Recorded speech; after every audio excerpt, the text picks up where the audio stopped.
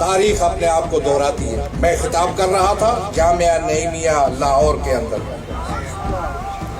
خطاب کر رہا تھا، ساری دینی جماعتیں تھیں، مدارس کا پروگرام تھا۔ انہوں نے کہا جی ہر مدرسے کی تنظیم جو ہے اپنی اپنی جو جماعت ہے ان کے لیڈروں کو ملا ہے، مولانا سارے قاضی حسین احمد، مولانا سمیع الحق، مولانا سب موجود تھے۔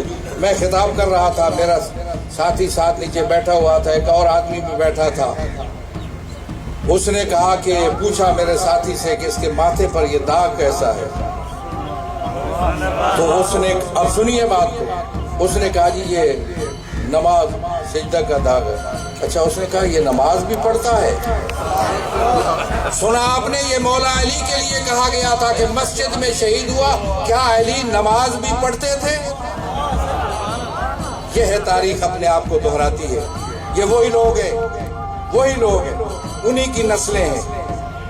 گلی کوچوں میں باتیں کرنے سے کسی ملت اور قوم کو سرنگو نہیں کیا جا سکتا۔ ہم نے وہ بنیادی کام کیا کہ آج آئین پاکستان کا اٹھا کے دیکھ لو، اس میں مسلم کی تعریف آپ کو وہ ملے گی جس کا پہلا مصداق شیعہ حیدر کرار ہے۔